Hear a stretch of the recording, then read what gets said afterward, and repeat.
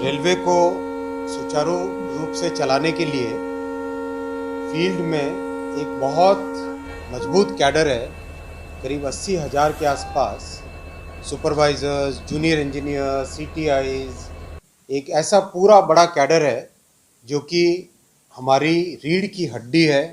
हमारे लिए सबसे मजबूत जो ग्रास रूट्स पे काम करने वाले टेक्निकल, नॉन टेक्निकल, हर एक तरह की जो बड़ी फंक्शनैलिटीज़ हैं उन सबको करने वाले ये कैडर है।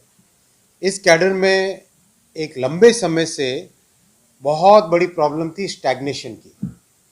एक पर्टिकुलर लेवल पे पहुंचने के बाद में उनके पास और कोई प्रमोशन की एवेन्यूज़ नहीं थी। और आजकल जिस तरह से क्वालिफाइड लोग आते हैं हमारे पास, वो कुछ समय के बाद में अगर प्रमोशन की अपॉर्चुनिटीज़ नहीं मिले तो एक फ्रस्ट्रेशन, एक तरीके से डिसोनेंस सा हो रहा था।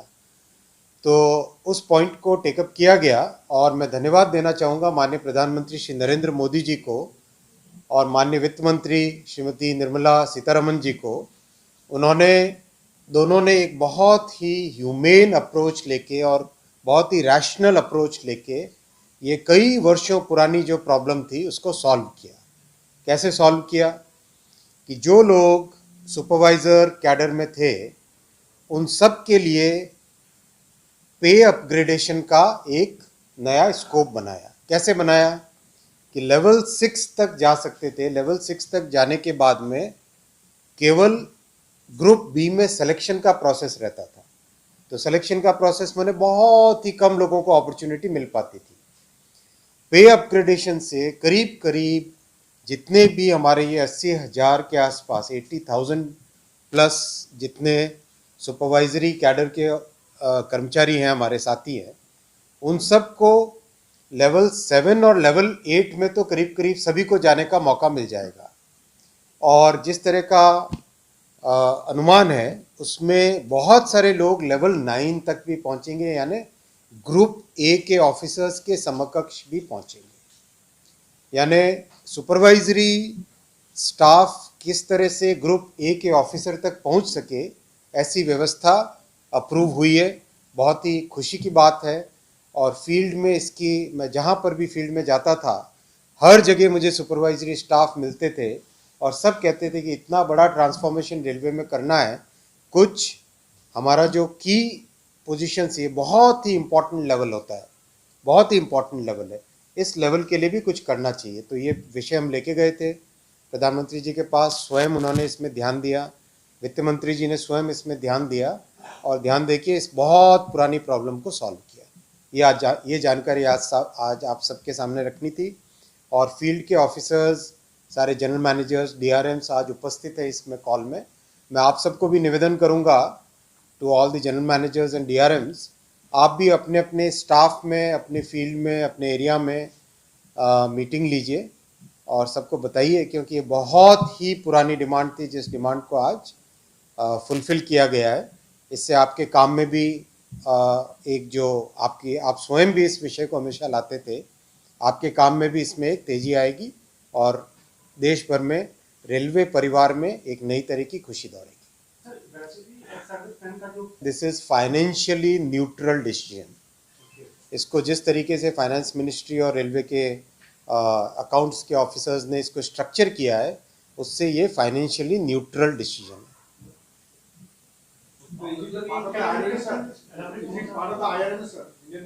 ना ना, आईआरएमएस का इसके साथ कोई संबंध नहीं है। आईआरएमएस का कोई संबंध नहीं,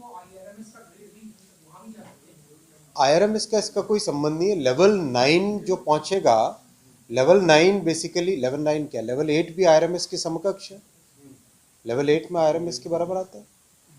नहीं, 9 से, 9 से। तो लेवल 9 में जो लोग पहुंचेंगे they will be equivalent to IRMS, not IRMS. जो लोग आईआरएमएस में प्रमोशन होके जाएंगे, जैसे आईआरएमएस में जो सिलेक्शन होता है उसमें 2 पार्ट होते हैं, राइट। एक पार्ट होता है आपके जो डायरेक्ट रिक्रूटमेंट से आए, दूसरा पार्ट होता है प्रमोशन से आए, 50-50 होता है। तो जो लोग प्रमोशन के जरिए से आईआरएमएस पहुंचेंगे वो तो पहुंचेंगे, तो वो अपॉर्चुनिटी भी उन लोगों के लिए खुल जाएगी। लेवल 6 में आते हैं मोस्टली।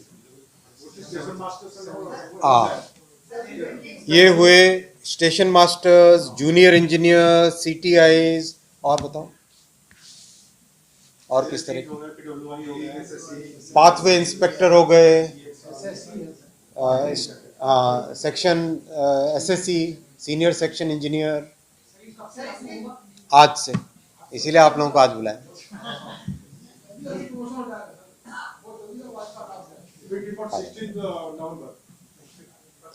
आज अप्रूवल होगा तो उसका बाद में क्रियान्वयन होते होते जितना भी टाइम लगेगा, 80,000 ज़्यादा नहीं, ज़्यादा टाइम नहीं लगता। आपको पता है रेलवे में कितना फास्ट होता है काम। आज से नोटिफाई हो रहा है, आज से नोटिफाई।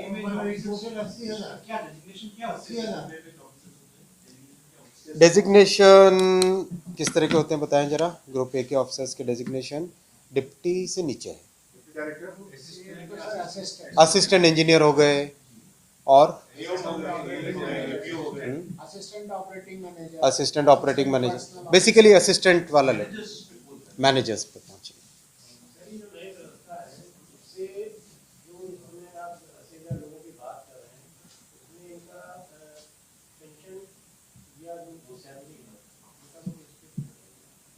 आएगा ना, उसमें बहुत सिग्निफिकेंट इम्प्रूवमेंट आएगा। सिग्निफिकेंट इम्प्रूवमेंट किस तरह से आएगा कि करीब इमीडिएटली तो 4 से 6,000 रुपए, 2.5 से 4, इमीडिएटली 2.5 से 4,000 रुपए का फर्क पड़ जाएगा इमीडिएटली पर मंथ। हाँ मिलेगा ना, सैलरी ज़्यादा मिलेगी। नहीं, फाइनेंशियली न्यूट्रल में कैलकुलेशन कैसे की इन्होंने मुझे ध्यान नहीं है, लेकिन फाइनेंशियली न्यूट्रल बेसिकली, हाँ 4,000 करोड़ नहीं भाई, आप करोड़ों में सोचते हैं। एक व्यक्ति को 2.5 से 4,000 रुपए एक्स्ट्रा पर मंथ मिलेगी। इसका कैलकुलेशन कैसे किया उसको छोड़ो ना, फाइनेंशियली न्यूट्रल है।